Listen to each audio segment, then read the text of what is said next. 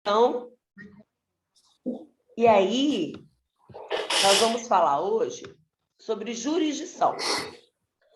Hoje a gente vai falar tudo de jurisdição.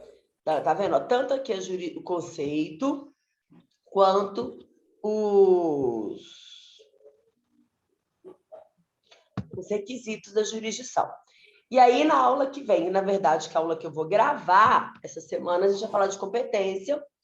E na aula que vem, a gente fala sobre ação e condições da ação. Vocês já entregaram, né, a VA1, eu não corrigi ainda, tá? E já vou colocar no sistema faculdade hoje a VA2, que vai ser para o dia... Tchan. Vou pôr para o dia 11 a VA2. Vou para o dia 11. Tá? Beleza. Vou pôr a VA2 para o dia 11.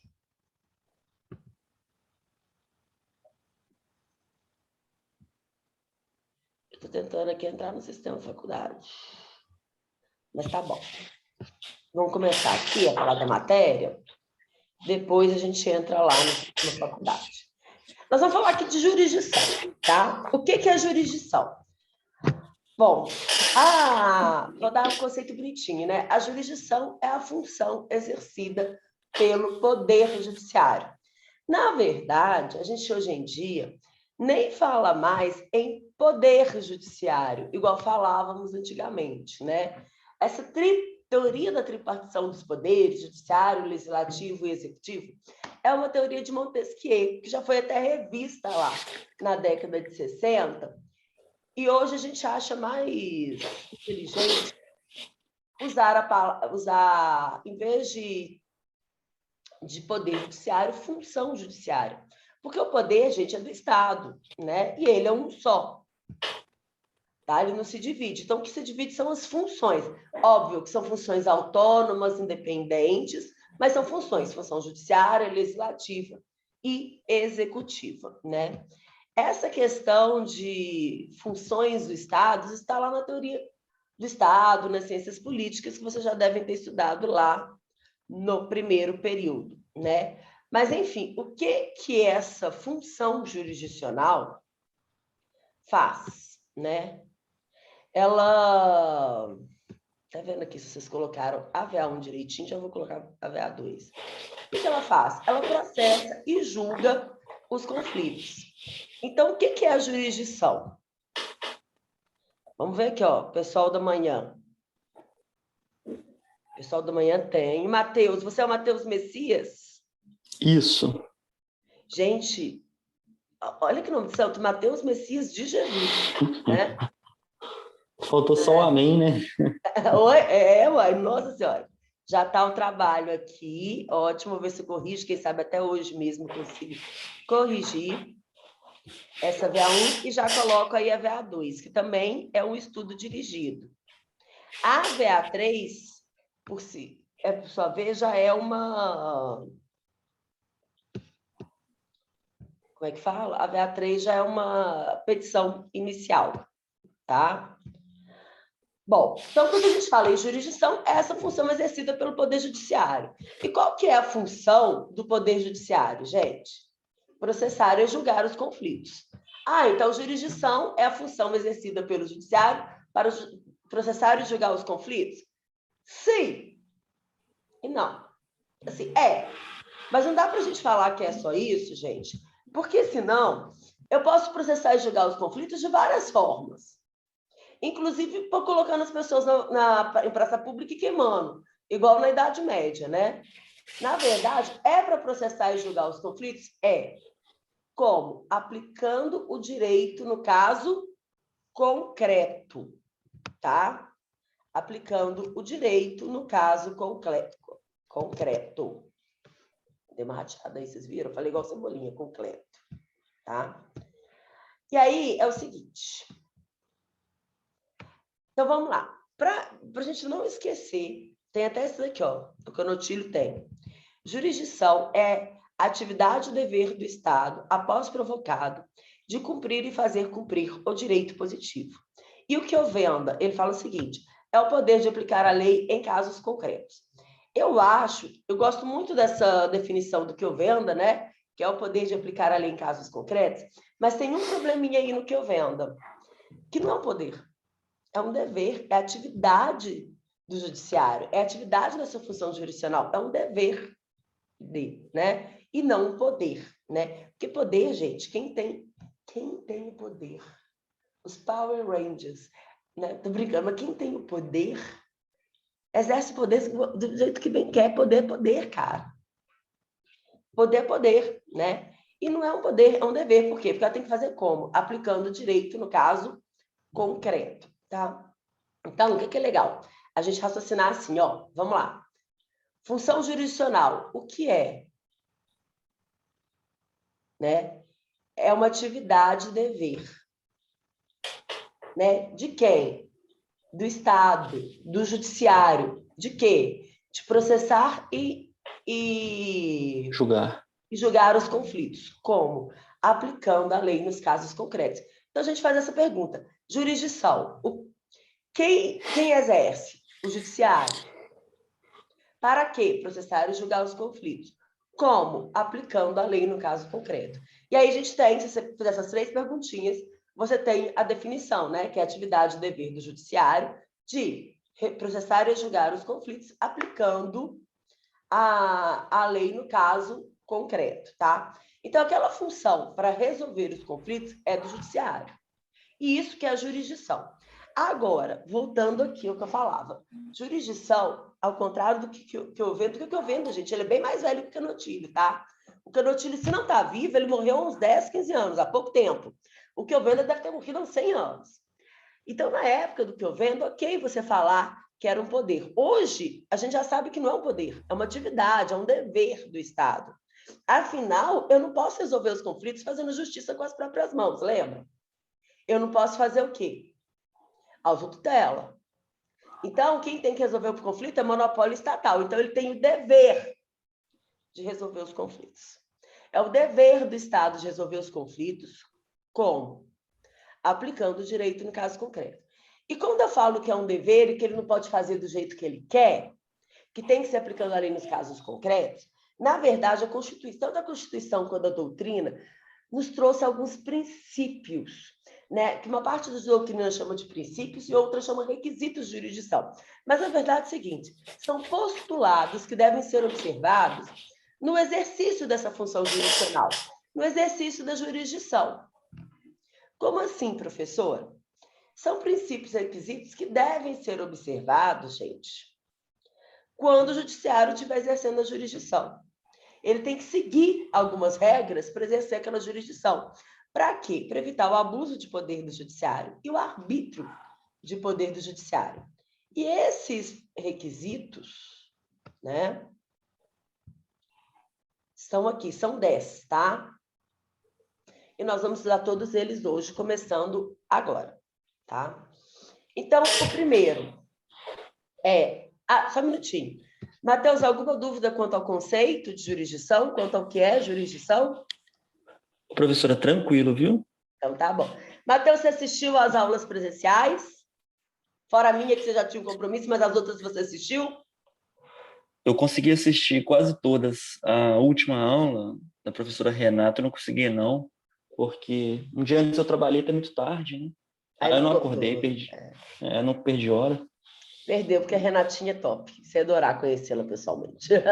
Bacana. Mas teremos outras oportunidades, não é mesmo? Com certeza. Mas você gostou das aulas presenciais? Gostei. Parecia algo novo, né? Depois de tanto tempo, tudo parado, né? E o que você gostou mais, das presenciais ou das remotas? Assim, é a minha segunda faculdade, né? Então, eu confesso que estudar nas aulas remotas, para mim está sendo mais legal. Por exemplo, eu acordo faltando 5 minutos, arrumo minha cama, tomo café e sento aqui, já ligo e é prático, né? Mas eu entendo que É prático. O curso de Direito tem disciplinas que não tem como, né? Você tem que ter aquela aula presencial, mas eu confesso Sim. que eu gostei de estudar de maneira virtual, assim, eu achei mais... Você gostou, né? Mas eu já pus no coração que não vai durar muito também, né? A gente deve voltar semestre que vem, né? É. Esse corona indo embora, se Deus quiser, porque eu não tô aguentando mais, ainda mais agora que meu pai Eu entendo. tá internado. Nossa Senhora. Não, mas se Deus quiser vai dar tudo certo. Se Deus quiser, Nossa Senhora. Vamos lá, não que é difícil, viu? Vamos lá. Primeiro, o requisito da investidura, né, gente? Que diz que só quem pode julgar é aquele que é investido no cargo de magistrado, ou seja, o juiz, né? E quem que é investido nesse cargo de magistrado? Ele tem que ser bacharel em direito, tem que ter 3 anos de experiência de atuação e tem que ser aprovado em concurso público. Esses 3 requisitos, tá? Bacharel em Direito é bem básico, né, gente? Você tem que se fazer um curso de Direito e ser aprovado. Tá? Ter 3 anos de experiência jurídica. Isso aí que pega, sabe? Isso entrou, gente, lá na emenda 45 de 2004, sabe? Isso entrou nessa emenda constitucional. Por quê? Porque já tinha muitos na época a ideia do concurso público. Aí tinha gente que entrava na faculdade com 17 anos, formava com 22, com 23 já tinha passado no concurso. Eu lembro de eu acompanhando meu pai em audiência, né, na época que eu era estagiária, recém-formada, e ele olhava, ele era advogado trabalhista, né, ainda, pelo amor de Deus, Coronga ainda não levou, pelo amor de Deus, né? Mas ele não advoga mais. Mas ele era advogado trabalhista, porque ele não é mais advogado, mas ainda é uma pessoa, se Deus quiser. E ele falava assim comigo, gente, eram os advogados mais novos, eu falei, essa pessoa nunca trabalhou. Como é que ela está aqui sendo juiz do trabalho? Ela nunca trabalhou. O único trabalho dela é esse como juiz. E era bem assim mesmo, né? Eu mesmo tinha colegas na faculdade que faziam um curso de direito à noite e faziam um cursinho para passar em concurso para o juiz de manhã. Isso desde o 5º período. Eu falei, gente, vocês estão fazendo um curso e meio, né? Então, as pessoas começaram a não ter muita experiência, a passar muito novos, sem ter muita experiência. E aí, apesar que eu acho que o juiz precisava ter 25 anos, mas mesmo assim, era o primeiro trabalho da pessoa. Então, colocaram essa necessidade de 3 anos. E aí começou a se discutir o que seria esses 3 anos. E o que é, professora? Depende do edital, do concurso, tá? Tem gente que fala que professor, né? Porque às vezes você é bacharel em Direito, faz mestrado, é professor no curso de Direito, mas não é advogado. A advocacia, obviamente, fazer pós-graduação, né? Tudo isso são experiências jurídicas. O que antigamente o pessoal discutia muito é estágio, não é, tá? Estágio não é considerado experiência jurídica, tá? Isso vale para outros tipos de concurso, tipo MP também, tá? Defensoria. Bom, também temos o princípio da inércia. Olha o que fala o artigo 2º do CPC. O processo começa por iniciativa da parte e se desenvolve por impulso oficial, salvo exceções previstas em lei. O processo começa por iniciativa da parte. O judiciário, gente, ele fica inerte, ele fica parado igual 2 paus. Ó, parou, estátua.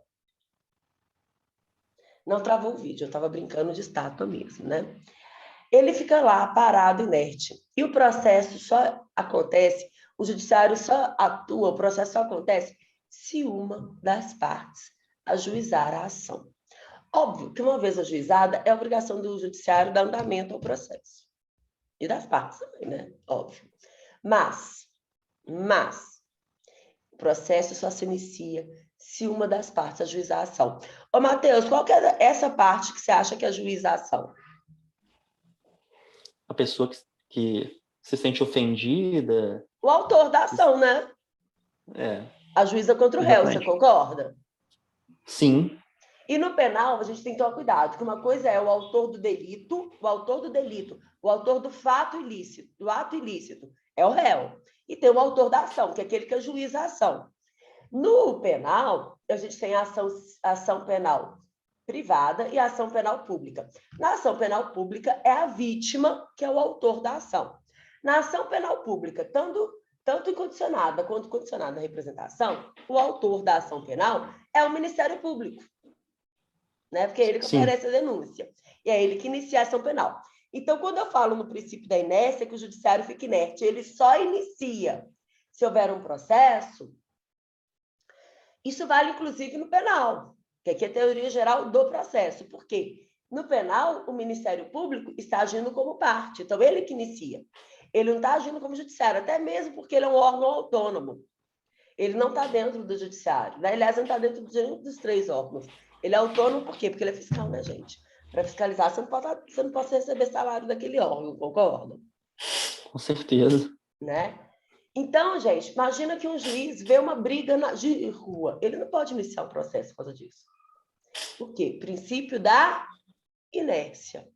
Da mesma forma, se eu ajuizo uma ação e narro para o juiz um caso que me daria uma indenização por danos morais e uma indenização por danos materiais, mas só peço os materiais, o juiz não pode me dar o dano moral. Por quê? Porque ele está inerte quanto ao dano material, porque eu não o provoquei, porque eu não fiz aquele pedido. Tá? Ok? Sim. Esse, eu acho bem óbvio, sabe? Esse requisito da inércia. Mas ele é tão importante, vocês vão ver que eu vou falar várias vezes dele de novo. Tá? Eu falo vocês, Matheus, apesar de só ter você aqui, porque eu tenho... Olha, eu juro, eu tenho muita fé que seus colegas assistem a aula gravada. Tenho fé nisso. Né? Bom, aderência territorial. Gente, a jurisdição ela é exercida nos limites territoriais, que estão previstos na Constituição ou na lei. Ou seja, um juiz aqui de BH não pode querer chegar lá em Cabo Frio de férias, é uma briga de 2 juízes, de 2 pessoas, e querer julgar como juiz. Um, pelo princípio da inércia, e 2, pelo princípio da aderência territorial. Por quê? Ele exerce as funções dele de juiz somente aqui em BH. Tá? Isso é muito óbvio, mas aí entra, gente, numa outra questão que é bem interessante. Imagina que eu ajuizei uma ação contra o Joaquim, que está lá em Montes Claros. Para a ação continuar, é super necessário a intimação do Joaquim. É indispensável a intimação do Joaquim. Sem a intimação do Joaquim, nós não temos o quê? O contraditório. A citação, não é nem intimação, a citação do Joaquim, para ele tomar conhecimento que existe contra ele o processo e poder participar do processo. Né? Então, é indispensável que o Joaquim venha participar. Só que o Joaquim está em Montes Claros. Como é que é? O juiz vai mandar citar em Montes Claros. Ah, tá. Então, deixa eu entender. O oficial de justiça, aqui de BH, vai sair daqui e vai para Montes Claros fazer citação? Não rola, gente, isso não acontece. Ah, então tá, mas lá também tem oficial de justiça. Só o juiz daqui mandar o oficial de justiça de lá citar. O juiz daqui não manda nada lá. Por quê? Por causa da aderência territorial. Ele só exerce as funções dele, juiz, aqui. Então, o que ele tem que fazer? A chamada carta precatória. Ele tem que enviar uma carta precatória para o juiz de Montes Claros, o juiz de Montes Claros, para que o juiz de Montes Claros determine o ato citatório lá em Montes Claros. Eu tenho exemplo de citação, mas pode ser citação, penhora, intimação de testemunha. Tudo que o juiz tiver que fazer em outra comarca, ele tem que pedir ao juiz da outra comarca para fazer, através de uma carta precatória, tá? E se for em outro país, dá para fazer? Então, o cara está lá nos Estados Unidos. Eu posso citar o cara lá? Pode, você pode pedir para que o judiciário daquele país cite, né? E aí, como? Através de uma carta rogatória. E aí, gente, eu vou contar para vocês. Ela não tem esse nome à toa, não. Ela é rogatória. Porque você perde a carta rogatória e roga aos céus para um dia ela voltar cumprida. Porque, olha, carta precatória de Belo Horizonte para Ribeirão das Neves já está levando 1 ano para ser cumprida. Imagina se eu mando para Londres. Né? Eu, na verdade, olha, são 18 anos na advocacia. Eu nunca me deparei com o cumprimento de uma carta rogatória. Nunca vi. Né? Agora, já vi casos, por exemplo, que o meu cliente estava morando em Londres, meu cliente era réu, né? E aí o juiz falava assim: doutora, nós não conseguimos intimação pessoal do seu cliente para ele prestar o depoimento pessoal em audiência. Falava, excelência, está em Londres. Você quer o endereço? Na hora o juiz falou, indefiro o depoimento pessoal, não vou fazer uma carta rogatória para Londres. Tá? Então, assim, ela existe, ela é usada, não estou falando que ela não é usada, é usada, mas evitava o máximo, porque, assim, nessa encarnação... Bom, agora a gente vai passar para o princípio da inafastabilidade. O artigo 140 do CPC fala o seguinte, o juiz não se exime de decidir sobre a alegação de lacuna ou obscuridade no ordenamento jurídico, tá? A atividade jurisdicional, gente, ela é inafastável. Ou seja, o juiz fala assim, olha, isso aqui eu não posso decidir porque não tem lei sobre isso. Não, ele tem que decidir, tá?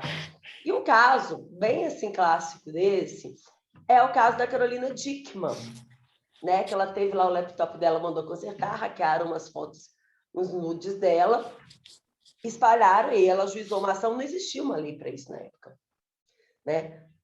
A lei veio depois, tanto é que a lei chama Lei Carolina Dickmann. Como que o juiz decidiu? Como? Se não existia uma lei, se a lei só existiu depois. Inclusive, a lei tem o nome dela. E aí? Matheus, você falou que você não viu a aula presencial da Renata, não é isso? Sim. Ok. Só um minutinho. Mas com a Renata, você deve estar estudando a LINDB, não? A Lei de Introdução às Normas do Direito Brasileiro. Sim, estudando. E é na LINDB, na Lei de Introdução ao Direito Brasileiro, que a gente vai achar a resposta para esse requisito. Porque esse requisito fala que a função jurisdicional ela é inafastável, a jurisdição ela é inafastável, o juiz não pode deixar de julgar alegando lacuna ou obscuridade na lei. Porque, gente, se ele não puder julgar, eu vou fazer o quê? A justiça com as próprias mãos, autotutela, beleza? Beleza. Mas como é que ele faz, então? Num caso em que ele não tem a lei e tem um caso, como é que ele vai resolver? Como o caso da Carolina Dickmann. Aqui, ó, a gente vem, está fazendo um new share. Tá vendo o meu código?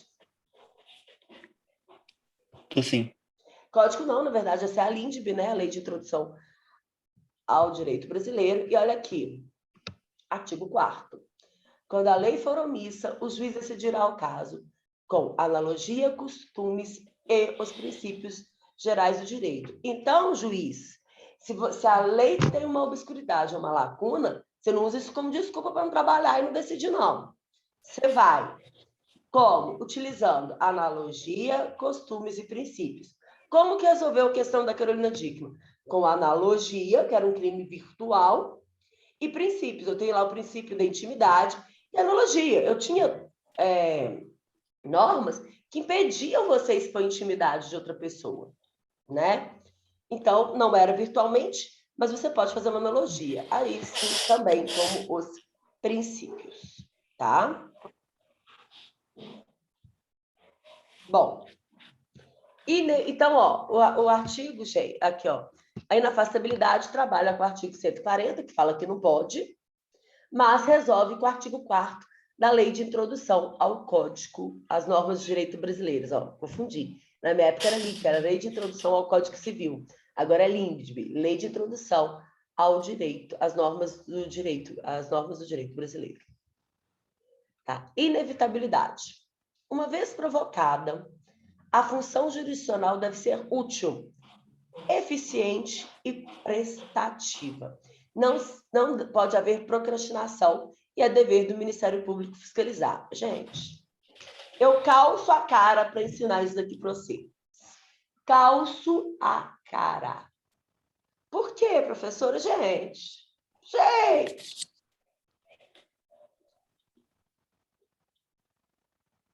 Deve ser eficiente, útil, prestativa, como qualquer ato praticado por qualquer órgão judiciário, direito administrativo, tem princípio de eficiência. Agora, se tem uma coisa que a gente tem no processo, é isso daqui, ó. procrastinação, processo demorando. Ou seja, este requisito, ele é diariamente inobservado. Diariamente. Mas eu tenho que ensinar para vocês, né? Eu tenho que ensinar. É uma coisa... Agora, pula. Indelegabilidade. O juiz não pode se eximir de julgar o conflito ou passar suas funções para outro. Cara, primeiro, não dá para o juiz falar assim, olha, eu não gosto de casos de tráfico, então não vou julgar casos de tráfico. Eu quero que se você estiver lá na vara criminal, você vai ter que julgar. Né? Eu não gosto de divórcio. Se vai na vara de família, vai ter que julgar divórcio. Não pode escolher, tá? Agora, não pode passar suas funções para outra. Ou seja, gente, não pode pedir que outras pessoas façam atos que são só do juiz, conduzir audiência, produzir decisões interlocutórias, produzir sentença. E, infelizmente, a gente vê isso acontecendo, tá? Eu já fiz audiência com um funcionário da vara, que inclusive já tinha sido meu aluno. Que eu olhei para ele e falei, é possível que você seja juiz. Você foi meu aluno, eu sei que você não passou no concurso para juiz. Só falta falar, e sei que nunca vai passar.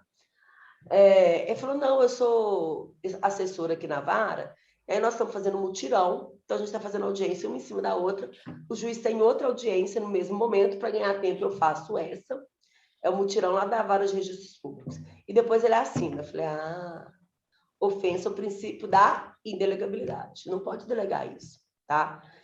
Eu tenho alunos também, em períodos maiores, né, que os seus, que às vezes está lá no 7º, 8º, 9º, 10º período, que fala assim, olha, eu faço estágio e eu faço sentença, o juiz só revisa e assina. Não pode, ofensa ao princípio da indelegabilidade, tá?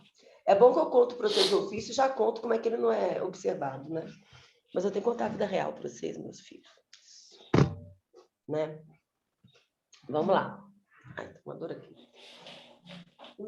Juiz natural. Na verdade, gente, o certo é juízo natural. O que significa isso? Que o órgão judiciário deve pré-existir ao conflito. Ou seja, o órgão judiciário ele tem que existir antes do conflito. Eu não posso, por exemplo, ter aí, por exemplo, o assassinato da Anitta. Alguém assassinou a Anitta. Aí nós vamos criar o tribunal para julgar os assassinos de cantoras famosas. Não existe. O tribunal ele tem que existir antes do conflito. Porque se a gente cria um tribunal para julgar determinado tipo de conflito, determinado conflito, né? Porque surgiu aquele conflito, o que vai acontecer? A gente vai pré-julgar, a gente já vai, né, com a ideia do pré-julgamento. Isso é uma coisa que, na verdade, o juiz natural ele não pode existir, tá? Esses tribunais de exceção. Perdão, gente. O juiz natural ele tem que existir. O tribunal de exceção é que não pode existir. Ou seja, eu não posso utilizar o judiciário, eu não posso julgar um conflito num tribunal que foi criado para aquele conflito. O judiciário, o poder, o tribunal específico tem que pré-existir o conflito. Até aí eu acho muito tranquilo. O problema é que em casos de guerra pode ter o tribunal de exceção. E como a gente já teve na história. Não aqui no Brasil, mas já teve. Né? E aí fica a dica para quem quiser assistir um filminho, o julgamento de Nuremberg. Tá? Sim. Já assistiu, Matheus? Já assisti na faculdade, já. Qual faculdade que você fez antes dessa? Eu sou formado em História pela PUC. Aí na história você assistiu o julgamento de Nuremberg? Sim. O julgamento de Nuremberg é um tribunal de exceção. É isso que não pode ter. É isso que fala o requisito do juiz natural. Não podem existir tribunais de exceções. E o julgamento de Nuremberg é um tribunal de exceção. Ficou mais claro para você, esse exemplo? Sim.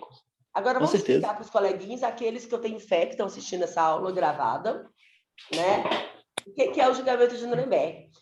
Foi um julgamento, gente, criado para julgar os criminosos, tá? Lá que cometeram crimes de guerra na Segunda Guerra Mundial. né? Resultado, aqueles que não suicidaram acabaram se enforcando. Não suicidaram. Acabaram sendo enforcados, sendo presos. Por quê? Porque foram todos condenados, gente. O tribunal já foi para condenar, ele foi criado para isso, para condenar os nazistas. Não que eu ache que os nazistas sejam santos, entendeu?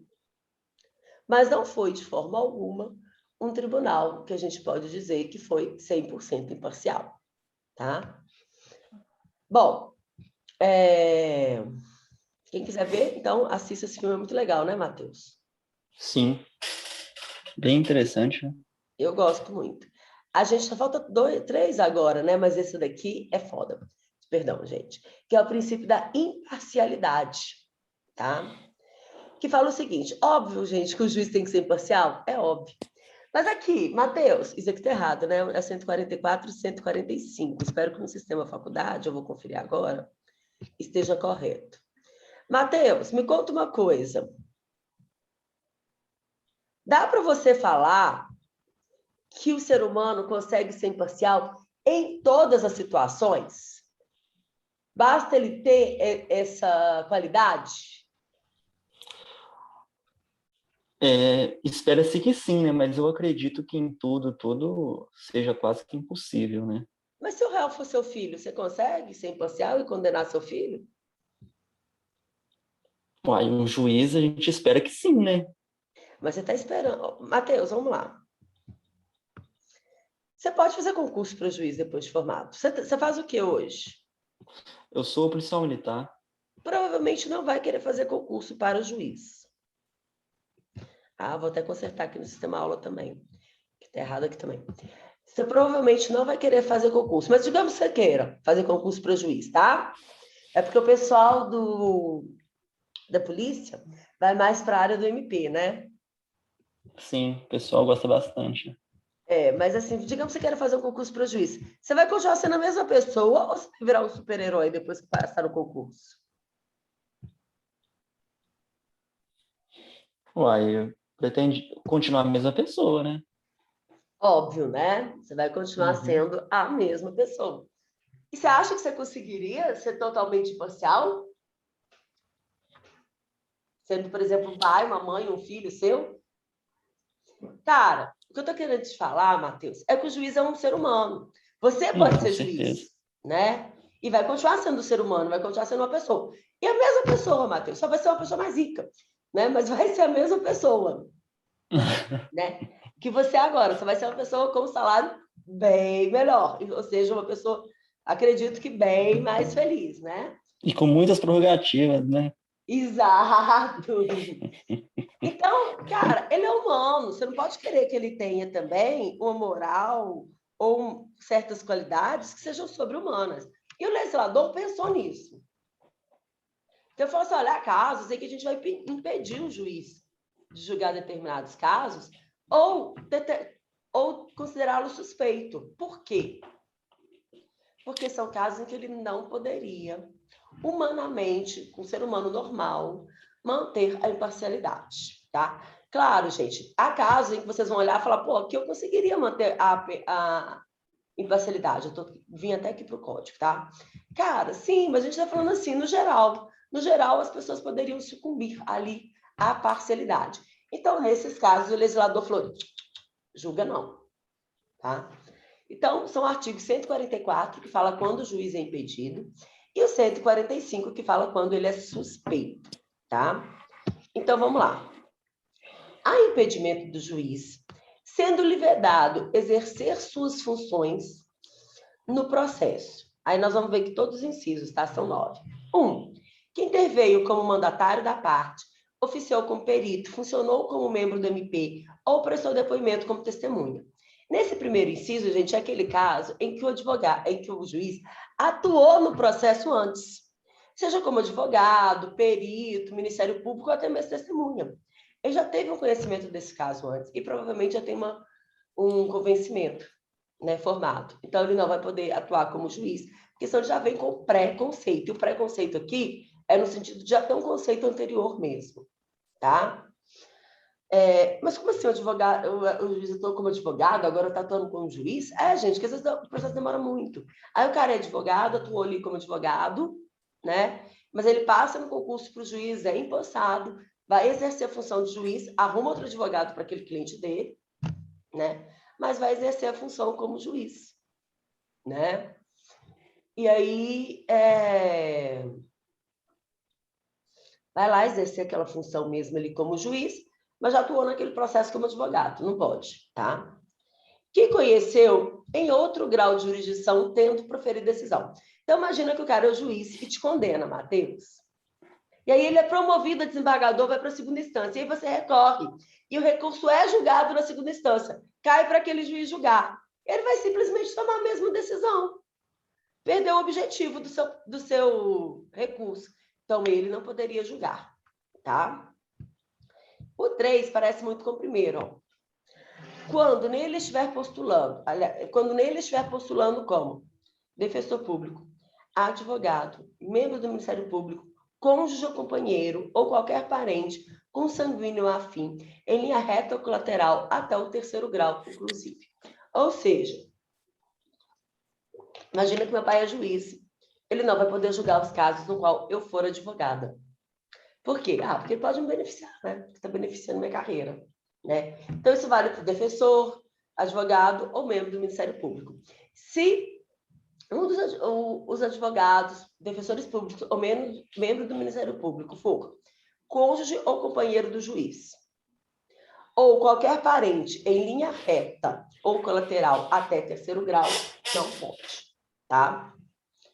Quando for parte no processo, ele próprio, o juiz próprio for parte do processo, seu cônjuge ou companheiro ou parente consanguíneo ou afim em linha reta ou colateral até 3º grau. Então, sendo ele parte no processo ou qualquer pessoa da família dele, ele também não pode julgar, tá? Quando for sócio ou membro de direção ou de administração de pessoa jurídica parte no processo. Na verdade, nesse caso, gente, ele devia ser exonerado, porque o juiz não pode ser membro de administração de pessoa jurídica, muito menos de direção. Não pode, é incompatível com a função de juiz, né? Então, ele devia ser exonerado, né? Mas pelo menos julgar as causas daquela empresa que ele é diretor, ele não vai poder, tá? Quando for herdeiro presuntivo, donatário ou empregador de qualquer das partes, também não pode. Que figure como parte instituição de ensino com a qual tenha relação de emprego ou decorrente de contrato de prestação de serviço.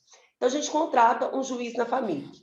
Ele não vai poder julgar nenhuma causa na qual a família seja parte. Claro, né? Você vai ferrar o seu empregador? Ninguém faz isso. Né? Todo mundo tem amor ao emprego. Né?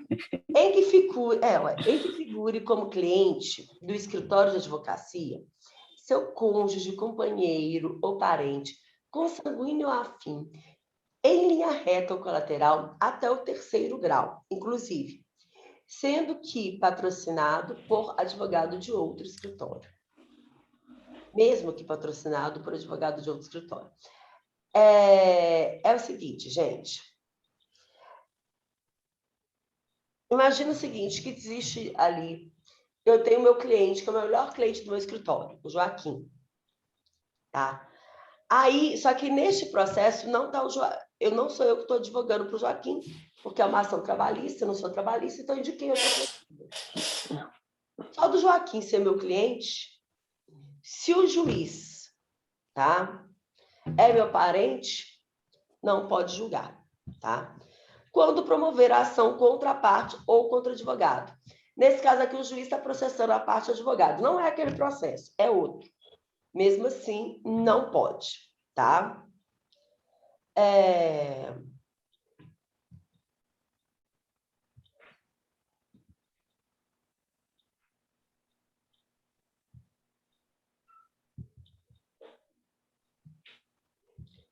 E é os casos de suspeição. O suspeição é o seguinte, vocês vão ver que o impedimento ele é mais objetivo. São coisas que você pode aferir objetivamente. O suspeição é mais subjetivo. O juiz vai ser suspeito quando for amigo íntimo ou inimigo de qualquer das partes ou de seus advogados, é uma coisa muito subjetiva, né? Às vezes, quem a gente acha que é nosso amigo íntimo é o nosso inimigo, é o nosso lex luthor, né? Então, é um pouco mais subjetivo. É mais difícil, inclusive, você provar uma amizade ou uma inimizade. Mas teve uma vez, saiu até, acho que no Fantástico, né? Num processo, era um processo desse tipo Lava Jato, né? Bem famoso. E aí, eu não lembro qual era exatamente. Eu sei que as câmeras de segurança do elevador pegaram a advogada e o juiz se pegando no elevador. Acho que isso é amigo íntimo, né? Se a pessoa enfiou a língua dentro da sua boca, eu acho que você pode considerar que é um amigo íntimo, né? Eventualmente pode se tornar um inimigo também, enfim. Né? Então, é difícil. Antes de você sair falando que o juiz é suspeito, gente, cuidado, tem que ter prova, tá? Que receber presentes de pessoas que tiverem interesse na causa antes ou depois de iniciado o processo. Que aconselhar alguma das partes acerca do objeto da causa ou que subministrar meios para atender às despesas do litígio. É o seguinte, gente, tá? É aquela pessoinha, aquela velhinha, que faz aquele bolo de cenoura com cobertura de chocolate, que é a melhor coisa da vida. Aí ela tem um processo, vai na audiência e leva um bolo de cenoura com cobertura de chocolate para o juiz. Eu, no lugar do juiz, eu aceitaria o bolo, porque não tem nada melhor nessa vida que bolo de cenoura com cobertura de chocolate. Mas aceitando o bolo, ele já não pode julgar aquela causa. Tá? Da mesma forma que se aquela senhorinha não tem dinheiro para o ônibus ou para o Uber e o juiz resolve mandar o motorista dele levá-la em casa, também ele já não pode julgar, porque ele já está ajudando. Então, ele não pode receber presentes e nem pode dar ajudas. Tá? Quando qualquer das partes for sua, credora ou devedora de seu cônjuge ou companheiro, tá? Ou de parentes desses, em linha reta ou colateral, até o 3º grau, inclusive. Isso aqui é óbvio, né? Aqui, eu estou te devendo, o Matheus, mas meu pai é juiz naquela causa que você tem, contra o fulano, tá? Ele vai julgar o pedido totalmente procedente, e aí a gente quita minha dívida, beleza? Tá?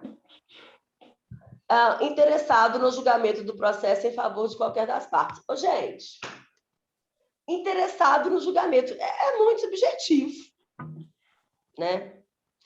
Agora, eu estou aqui falando, não pode julgar, não pode julgar, não pode julgar. Ok. Mas aí, não vai ser julgado o conflito? Sim, vai ser julgado o conflito. Tá, Matheus? Sim, será julgado pelo juiz substituto, tá? Nós não vamos mandar o processo para outra vara, para outro juiz, porque ele está na vara certa. É o juiz que se retira daquele caso, e aí o juiz substituto daquele caso vai julgar. Tá? Bom, o próprio juiz pode falar, gente, sou impedido por causa de tal coisa, tá aqui no qualquer inciso do artigo 144, ou ele pode falar assim, sou suspeito. E o suspeito, como é subjetivo, ele não precisa falar por quê. Ele pode falar que ele é suspeito por motivo de foro íntimo. Tá? E eu já vi juiz fazendo isso. Já fez comigo, em audiência de divórcio. Fiquei brava, porque nós esperamos tempo a audiência. No dia da audiência, o juiz entrou na sala, olhou para as partes, virou para mim e falou assim, doutora, estou me declarando suspeito por motivo de foro íntimo. Vamos remarcar de acordo com a agenda do substituto. Eu quis matar o juiz. E depois encontrei com ele no congresso e aí ele me esclareceu, né? Que ele havia se declarado suspeito por motivo de foro íntimo naquele dia, que era um congresso, era um coquetel, então depois de tomar umas ele contou, né? Que ele tinha sido noivo daquela mulher. E que aquela mulher havia largado ele para se casar com o cara de quem ela estava divorciando. Nossa, aí não tinha como não, né?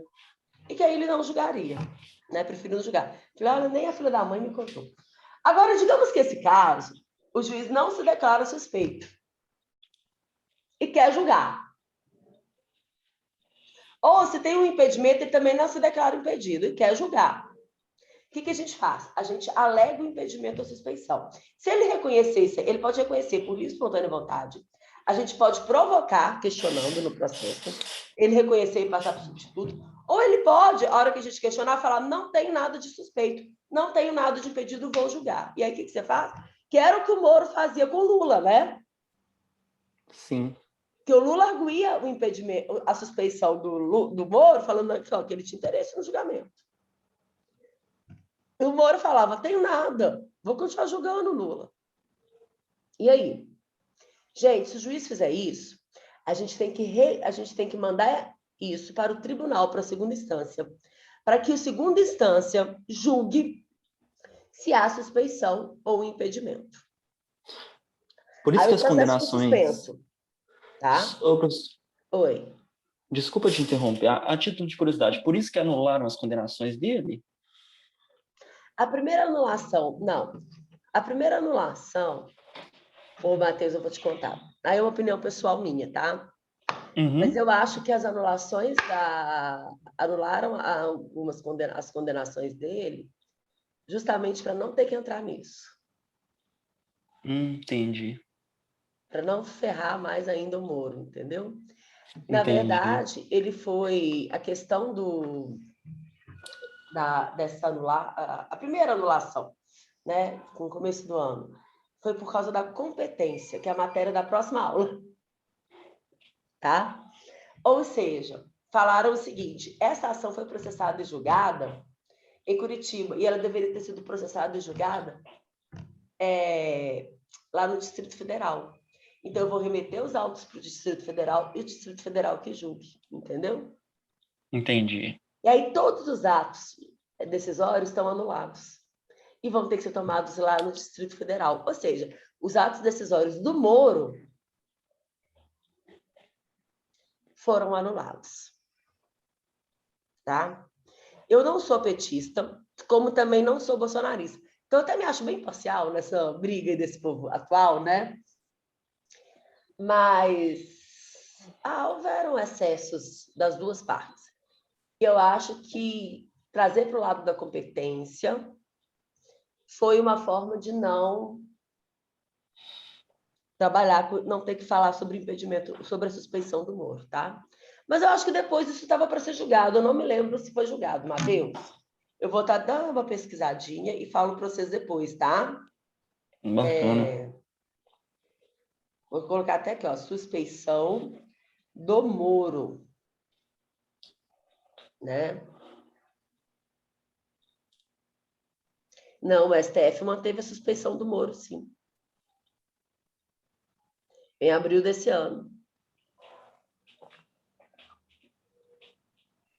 Ah, não, peraí. Em abril foi declarada a incompetência do juízo. Né? Aí o STF falou assim, tudo bem, mas mesmo assim nós vamos julgar a suspeição do Moro. E parece que a suspeição do Moro foi sim julgada, ele foi considerado suspeito em junho desse ano, tá?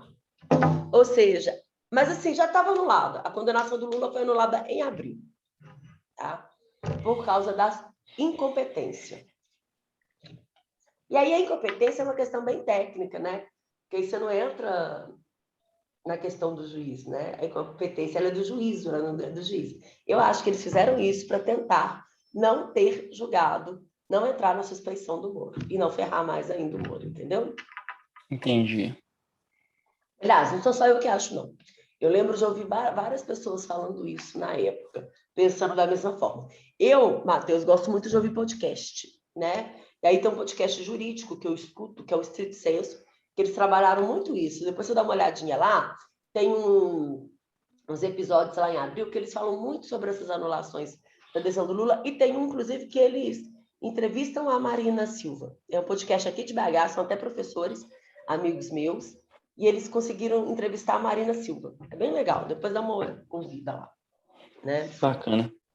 Bom, então, gente, se o juiz fala, olha, se você fala, você é suspeito, e ele fala, não sou, ele tem que remeter os autos para a instância superior, que é a segunda instância. Para quê? Para julgar aquela suspeição. Se a segunda instância considerar que ele é suspeito, afasta ele do caso e vai julgar o substituto. Se a segunda instância não considerar suspeito, ele volta e julga o processo, tá? Mas, bom, então foi o que aconteceu no Lula, gente? Foi, mas o Lula, gente, foi indo mais. Porque a segunda instância não considerou suspeito, aí ele foi para o STF. Tá? Ok? Tranquilo. Bom, agora, vamos continuar. Nós vamos falar da persuasão racional. Está terminando, tá, gente? Só esses dois. Persuasão racional do juiz e a fundamentação das decisões. A persuasão racional fala o seguinte: o convencimento do juiz está atrelado a critérios estabelecidos em lei e não a critérios particulares, tá? Inclusive, gente, na hora de analisar as provas, o Código anterior falava assim: o juiz julga conforme o seu livre convencimento. Deixa o povo livre convencimento. Convencimento não. A gente fala que não é livre, não, é persuasão racional. Ele deve mostrar de forma racional como que ele chegou naquele convencimento. Como ele foi persuadido para aquela tese. Tá? Não é livre convencimento. Então, ele não pode simplesmente julgo assim porque eu sou juiz. E eu já vi decisões assim no passado. Não. Ele tem que falar, eu cheguei nessa conclusão por causa disso, disso, disso, disso. Para isso, ele precisa do próximo, que é a fundamentação das decisões. Então a fundamentação da decisão diz que o juiz deve fundamentar a sua decisão, porque a gente não está mais no livre convencimento e sim na persuasão racional, professora? Mas eles não são o mesmo requisito por um motivo, porque a fundamentação das decisões não é só isso. Tá? Até era antes. Mas não é, porque o novo código, eu vou voltar para o código, apesar de estar no trabalho, mas a letra está muito pequenininha. Né? Olha aqui, o artigo 489. Tá? Ele fala quais são os elementos da sentença, a gente vai ver isso mais para frente, né? Elementos da sentença, relatório, fundamentação e dispositivo. E aí, no parágrafo 1º, ele vai me dizer o seguinte: não se considera fundamentada qualquer decisão judicial, seja ela interlocutória, sentença ou acórdão, que. Ou seja, esse artigo elevou a fundamentação das decisões a outro nível, que fala o seguinte, a decisão tem que ser fundamentada no ordenamento jurídico, gente. Tá? Não é em questões pessoais do juiz, em crenças, é no ordenamento jurídico. E nas provas produzidas nos autos. Afinal, aquilo que não está nos autos não está no mundo. Beleza? Até que tranquilo. Agora, a fundamentação tem que existir de verdade. E algumas coisas a gente considera que não foi fundamentada. Que são esses 6 incisos aqui do 489. Olha só. A gente não vai considerar fundamentada a decisão que se limitar à indicação, reprodução ou paráfrase de ato normativo, sem explicar sua relação com a causa ou com a questão debatida. Ou seja, não basta o juiz tacar o artigo. Ele tem que explicar como que aquele artigo está sendo aplicado naquele caso concreto. Aliás, é a função dele, né? A função da jurisdição não é aplicar o direito no caso concreto, né? Empregar conceitos jurídicos indeterminados, sem explicar o motivo concreto de sua incidência no caso. Empregar conceitos jurídicos indeterminados, como julgo através da dignidade da pessoa humana. Como que você está usando a dignidade da pessoa humana nesse caso, juiz? Tá? Ele tem que aplicar no caso concreto.